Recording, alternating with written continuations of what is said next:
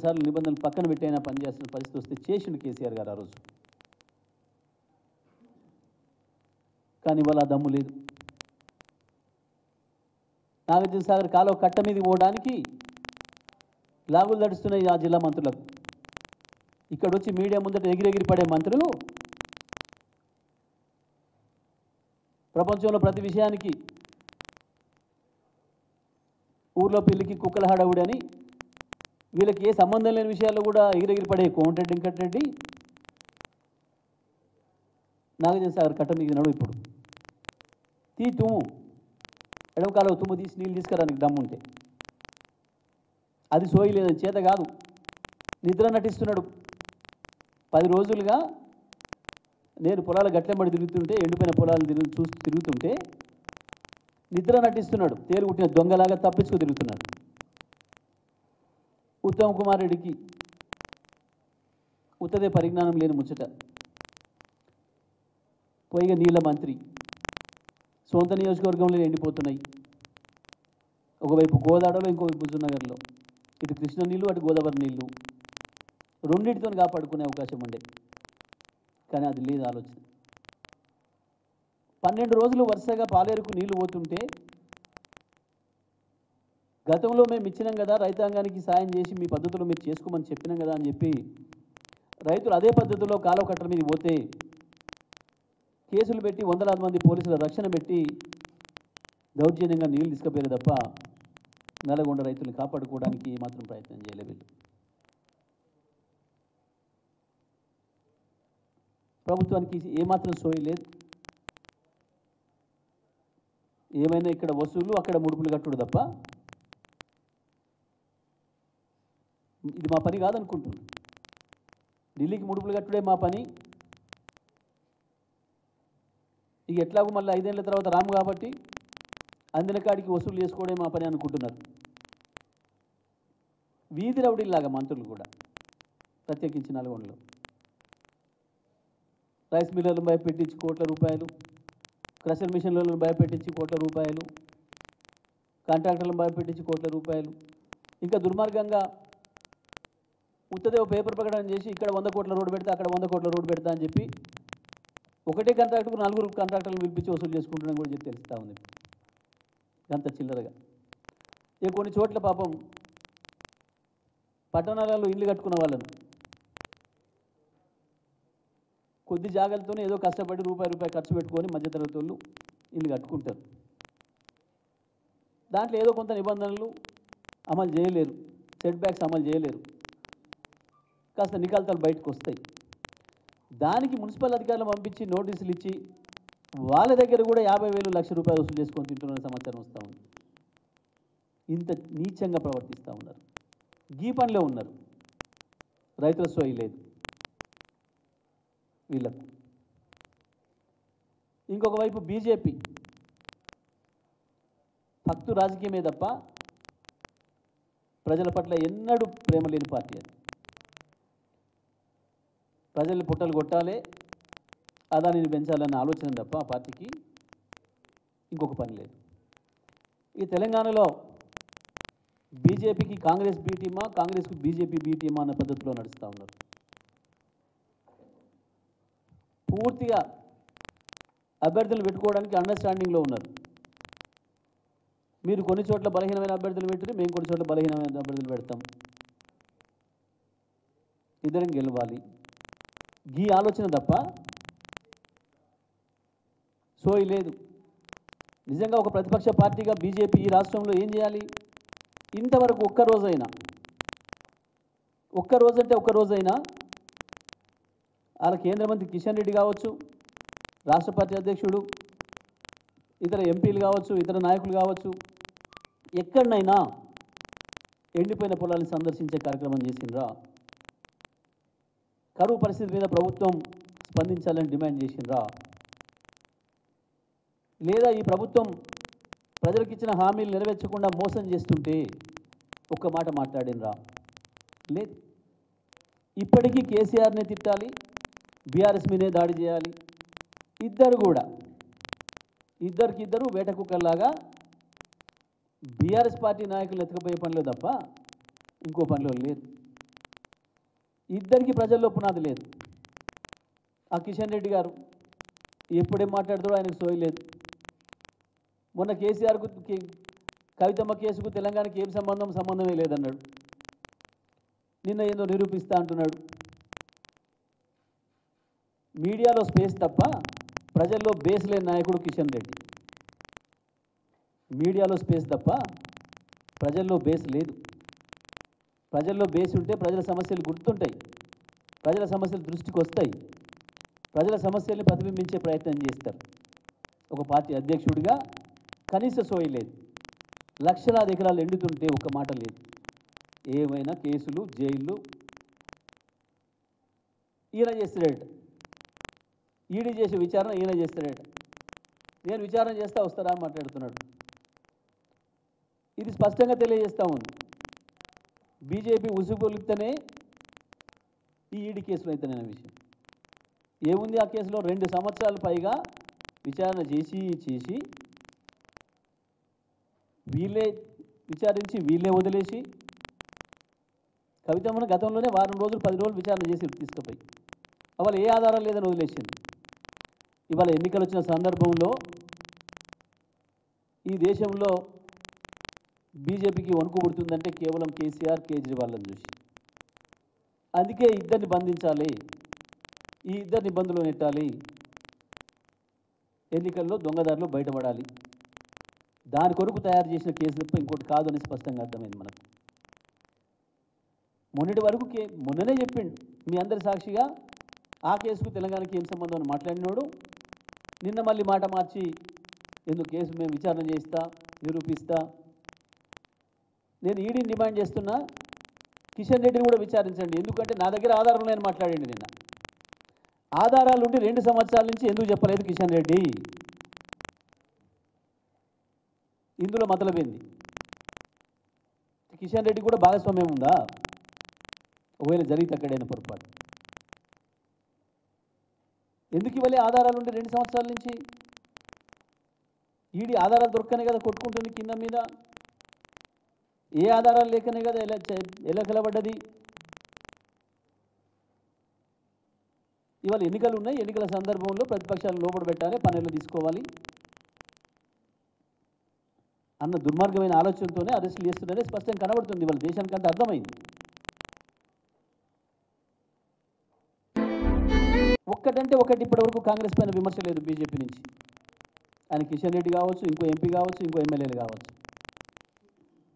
ఎందుకో వెళ్ళరు ప్రజల సమస్యలకి. ఇది ఒక విచిత్రమైన పరిస్థితి తెలంగాణ రాష్ట్రంలో. ఎక్కడైనా దేశంలో ప్రతిపక్షాలంటే అధికార పక్షం పైన విమర్శలు చేస్తారు.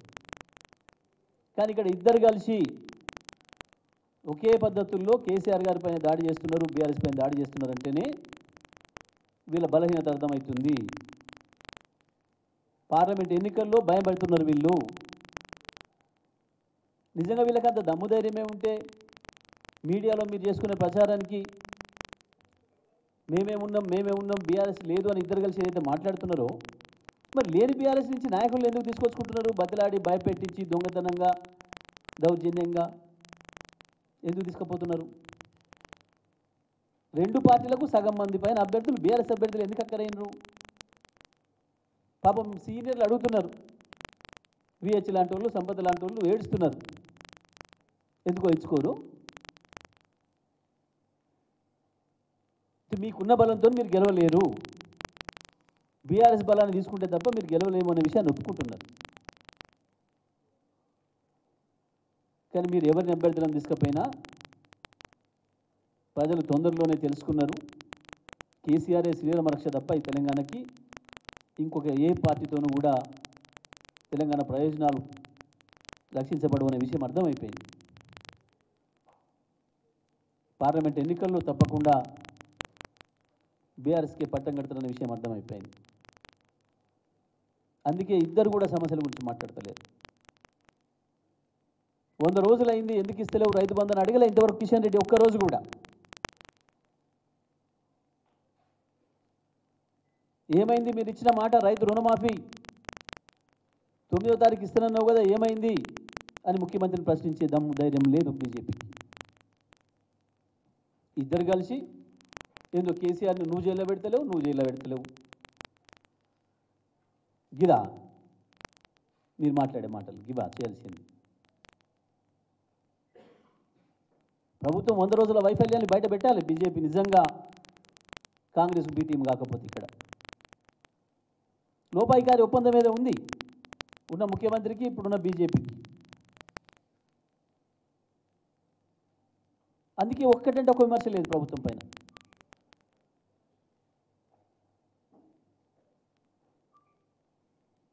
మేము బీఆర్ఎస్ పార్టీ తరఫున డిమాండ్ చేస్తున్నాం, వెంటనే ప్రభుత్వం కరువు సహాయ చర్యలు ప్రారంభం చేయాలి. రాష్ట్ర వ్యాప్తంగా ఎన్ని లక్షల ఎకరాలలో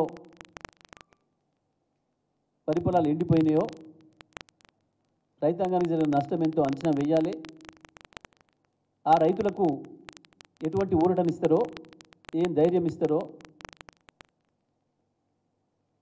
ఎటువంటి సబ్సిడీలు ఇస్తారో, పెట్టుబడి నష్టాన్ని ఎట్లా పూడుస్తారో, మళ్ళీ వ్యవసాయం చేసుకోవడానికి రైతుకి ఏ రకంగా చేయూతనిస్తారో వెంటనే ఒక ప్రణాళికను సిద్ధం చేసి చెప్పాలి ప్రజలకు, రైతాంగానికి ధైర్యం ఇవ్వాలి. అంతేకాదు ఆల్మట్టి నారాయణపూర్లలో ఉన్న నీళ్ళు ఏవైతున్నాయో దాంట్లో కనీసం ఒక 10-15 టీఎంసీల నీళ్ళనైనా అడిగి కొట్లాడి తీసుకొచ్చి, ఇంకా మిగిలి ఉన్న పొలాలు కూడా ఎండిపోతాయని భయపడుతున్నారు. ఎడమ కాలువ కింద ఎస్ఎల్ఈబీసీ కింద ఉన్న రైతాంగం, అటు ఖమ్మం జిల్లా కింద ఉన్న రైతాంగం ఇప్పటికి పోయింది పోను, ఇంకా ఇప్పటి నుంచి రోజు రోజుకు ఇంకొక మడి పోతుంది అని భయపడుతున్నారు. దానైనా బ్రతికించడం కొరకు ప్రయత్నం చేయాలని చెప్పి కూడా నేను డిమాండ్ చేస్తూ ఉన్నాను. Thank you.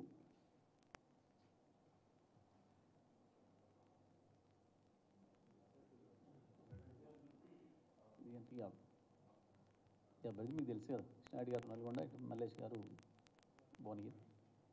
దారుణంగా ఉన్నాయి. రైతులు అప్పులు చేసి పెట్టుబడి పెట్టుకున్న పంట పొలాలు లక్షలాది ఎకరాలలో ఎండిపోతున్నాయి.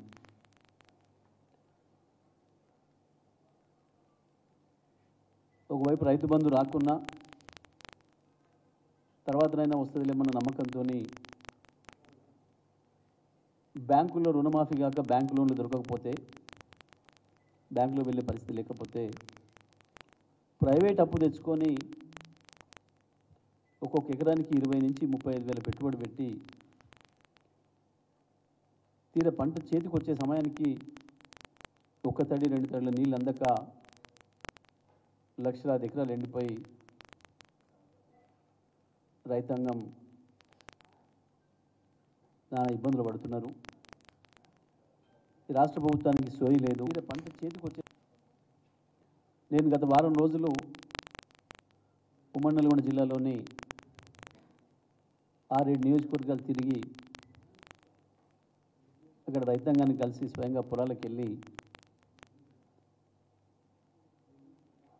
ప్రజల దృష్టి తీసుకురావడం, ప్రభుత్వ దృష్టి తీసుకురావడం జరిగింది. అంతకుముందు రైతులు ఆయా నియోజకవర్గాల శాసనసభ్యులకు, ఆయా జిల్లాల మంత్రులకు మొరబెట్టుకున్నారు. నీళ్లున్నాయి, అవకాశం ఉంది, కొన్ని చోట్ల ప్రకృతి పెట్టిన శాపం అయితే మేము బాధపడం, కానీ అవకాశం ఉండి పరిపాలకుల చేతుల్లో అధికారం ఉండి నీళ్ళు తెచ్చి ఇవ్వగలిగిన పరిస్థితి ఉన్న చోట కూడా నీళ్ళు ఇవ్వలేకపోవడం అనేది ఇది ప్రభుత్వం యొక్క వైఫల్యం. ఆయా మంత్రులకు వెళ్ళి విజ్ఞప్తి చేస్తే కూడా పట్టింపు లేదు. ఒకవైపు కాళేశ్వరం నుండి నీళ్ళు తీసుకొచ్చే అవకాశం ఉండే, కుంగిన పిల్లర్లకి కాళేశ్వరం ఎత్తిపోతలకి సంబంధమే లేకుండా నీళ్ళు తీసుకొచ్చుకునే అవకాశం ఉండే. ఈ ప్రభుత్వానికి ఏమాత్రం చిత్తశుద్ధి ఉన్నా, రైతాంగం పట్ల సోయి ఉన్నా, వ్యవసాయ రంగం పైన వీళ్ళకి ఏమైనా అనుభవం ఉన్నా ఎప్పుడో సమీక్ష చేయాలి. నిజమే, ఒకవైపు కరువు తరువుకు వస్తుంది కనబడుతుంది మనకు. మరి ఇటువంటి సందర్భంలో ప్రభుత్వం స్వయంగా ముఖ్యమంత్రి గారు కావచ్చు, ఆయా సంబంధిత శాఖ మంత్రులు కావచ్చు, కూర్చొని సమీక్ష చేసి రైతులకు మనం ఏ డైరెక్షన్ ఇవ్వాలి, ఎటువంటి పంటలు పెట్టుకోవాలి, ఎక్కడికి ఏ ఎకరానికి ఏ నీళ్ళు ఇవ్వగలుగుతామనే విషయాన్ని స్పష్టంగా చెప్పాలి. గతంలో ప్రతి సంవత్సరం 2 పంటలకు కూడా రాష్ట్ర స్థాయిలో ముఖ్యమంత్రిగా కేసీఆర్ గారు సమీక్షలు నిర్వహించేది. జిల్లాల వారీగా జిల్లాలో మంత్రులు అందరం కూడా ప్రతి కలెక్టరేట్లో సమీక్షలు నిర్వహించి ఈ సీజన్లో కాలం ఎట్లా ఉండబోతుంది, రైతులు ఏ రకమైన పంటలు పెట్టాలి, ఏవి అనుకూలంగా ఉంటాయి అనే విషయాన్ని రైతులకు చెప్పి వాటికి సంబంధించిన విత్తనాలు అందుబాటులో తీసుకురావడం, వాటికి సంబంధించిన ఎరువుల్ని ముందు తీసుకొచ్చి నిల్వలు చేయడం, ఈ కార్యక్రమాలు చేసినాం. ఎందుకంటే రైతుల్ని కాపాడుకోవాల్సిన బాధ్యత ప్రభుత్వాందే కాబట్టి ప్రభుత్వం ఆ పని చేయాలి. కానీ మీరు చూసిండ్రు, ఈ ప్రభుత్వం వచ్చిన తర్వాతనే యాసంగి సీజన్ ప్రారంభమైంది. కానీ ఎక్కడ కూడా రైతులకు సరైన డైరెక్షన్ ఇవ్వలేదు. రైతులు యథావిధిగా కేసీఆర్ ఉన్నప్పుడు ఉన్నట్టే ఉంటుందనుకొని ఒక విశ్వాసంతో ప్రభుత్వం పైన నమ్మకంతో పొలాలు చేసుకున్నారు. ఈ ప్రభుత్వానికి సోయి లేదు, అసలు వ్యవసాయ రంగం పైన మాకు బాధ్యత ఉంది అన్న ఆలోచన కూడా లేదు. వ్యవసాయ రంగం పైన సమీక్ష చేయాలన్న సోయి కూడా లేదు, చేయలేదు. ఆనాడు రైతులకు చెప్పలేదు. యథావిధిగా రైతులు వాళ్ళు పాత పద్ధతులను పెట్టుకున్నారు. సరే, కొన్ని చోట్ల కాలువలు అందుబాటులో లేని చోట్ల, బోరుబావుల మీద ఆధారపడ్డ చోట బోర్లో నీళ్లు లేకపోతే దాని ప్రభుత్వాన్ని మేము నిందించడం లేదు. కానీ కొన్ని చోట్ల రైతులు స్వయంగా చెప్పారు, మీ మీడియా మిత్రులు అందరి సాక్షిగా చెప్పినారు, విద్యుత్ విషయంలో కూడా బాగా అవకతవకలు జరుగుతున్నాయి. లో వోల్టేజ్ వల్ల మా మోటార్ కాలిపోయింది అని చెప్పి మేము వెళ్ళిన ప్రతి చోట రైతు చెప్తా ఉన్నారు. ఒక్కొక్క చోట 2 సార్లు కాలింది మాకు ఈ పంటకే అనే మాట. కొన్ని చోట్ల రాత్రిపూట ఇచ్చే కరెంటు కొరకు మేము వెళ్ళాల్సి వస్తుంది, లో వోల్టేజ్తో మోటార్లు పడిపోతున్నాయి, మేము కాపలాకు వెళ్తే తప్ప మళ్ళీ కరెంటు పెట్టుకునే పరిస్థితి లేదు అని చెప్పిపోయి రైతులు మళ్ళీ రాత్రిపూట బావుల దగ్గర పోయి కరెంట్ షాక్ గురై లేదా పాము కాటు గురై మరణించే పరిస్థితులు మళ్ళీ వచ్చినాయి. దురదృష్టవశాత్తు ప్రజలు ఏదో మార్పు వస్తుందని, వీళ్ళు ఏదో మార్పు తెస్తారని అనుకుంటే మార్పు మళ్ళీ వెనక్కి తీసుకుపోయాను. పర్టికులర్గా వ్యవసాయ రంగం విషయంలో పూర్తిగా 2014 నాటి ముందు పరిస్థితులను పునరావృతం చేస్తూ ఉంది ప్రభుత్వం నిర్లక్ష్య ధోరణితో. వాస్తవానికి కాళేశ్వరం నుంచి 100 టీఎంసీల నీళ్లు తీసుకునే అవకాశం ఉండే, దానికి సరిపోయే ప్రాజెక్టులు కూడా ఉండే, నిల్వ చేసుకోవడానికి సరిపోయిన ప్రాజెక్టులు కూడా ఉండే. ఈ ప్రభుత్వానికి ఏమాత్రం సోయి ఉన్నా ఉన్న నీళ్ళని కిందికి ఇస్తూనే మళ్ళీ అంతమందం నింపుకోవడానికి ఎల్ఎండీలో కావచ్చు, ఎంఎండీలో కావచ్చు, ఇతర ప్రాజెక్టుల వద్ద కావచ్చు, నింపుకోవడానికి అవకాశాలు ఉండే. కానీ వీళ్ళ నిర్లక్ష్య ధోరణి వల్ల, వీళ్ళ కక్షపూరిత ధోరణి వల్ల కేవలం నీళ్ళు ఇవ్వకుండా చేసి ఏదో కాళేశ్వరం పోయిందని ప్రచారం చేసినాం కదా, కేసీఆర్ని బదనాం చేయొచ్చు అనే ఒక దుర్మార్గమైన ఆలోచనతో రైతాంగం ఉసురు తీస్తున్నారు. లక్షలాది ఎకరాలు ఇవాళ ఎస్ఆర్ఎస్పి ఫేజ్ 2 కాలువల వెంట, ఫేజ్ 1 కాలువల వెంట, మరొక వైపు నిజామాబాద్ జిల్లాలో మొదటి ఫేజ్లో కూడా వరద కాలువ వెంట కూడా ప్రభుత్వాన్ని నమ్మి పెట్టుకున్న పొలాలు లక్షలాది ఎకరాలుగా ఎండిపోతూ ఉన్నాయి. చాలా హృదయ విదారకంగా ఉంది అక్కడికి పోతే. ఇంకోవైపు నాగార్జున సాగర్ ఎడమ కాలువ కావచ్చు, లో లెవెల్ కెనాల్ కావచ్చు, హై లెవెల్ కెనాల్ ఎస్ఎల్బిసి కావచ్చు. మేము 9 సంవత్సరాలు వరుసగా చివరి భూమికి కూడా నీళ్ళు అందించినాం. 18 పంటలు వరుసగా పండించాం రైతులు. ఇవాళ నిజంగానే పైన ఆల్మట్టి నారాయణపూర్లో కొన్ని నీళ్ళు ఉన్నాయి. ఈ ప్రభుత్వానికి సోయి ఉంటే ఆ రోజు ఆ రాష్ట్ర ముఖ్యమంత్రిని, కర్ణాటక ముఖ్యమంత్రిని, ఉప ముఖ్యమంత్రిని, ఇతర మంత్రులు తీసుకొచ్చి ఇక్కడ ఏదైతే ప్రచారం చేయించుకున్నారో వాళ్ళు కూడా ఇక్కడ ప్రజలకు ఏదైతే హామీ ఇచ్చిపోయినరో మీరు కాంగ్రెస్ ఓటేయండి మేము మంచి పరిపాలన ఇస్తామని చెప్పినరో ఇవాళ వాళ్ళ దగ్గరే నీళ్లు ఉన్నాయి. ఇవాళ వీళ్ళు వెళ్ళి నీళ్ళు తీసుకురావచ్చు. ఒక 10 టీఎంసీల నీళ్ళు తీసుకొస్తే బ్రహ్మాండంగా ఇవాళ ఉమ్మడి నల్గొండ జిల్లాలో, ఖమ్మం జిల్లాలో ఉన్న ఎండిపోతున్న 2 లక్షల ఎకరాల పొలాల్ని బతికించుకునే అవకాశం ఉండే. కోట్లాది రూపాయలు, వందల కోట్ల రూపాయలు రైతాంగానికి నష్టం కాకుండా కాపాడుకునే అవకాశం ఉండే. మేము చేసినాం గతంలో. నిబంధనలు అడ్డం ఉండొచ్చు. కేఆర్ఎంబి 10 సంవత్సరాల నుంచి కూడా ఉంది.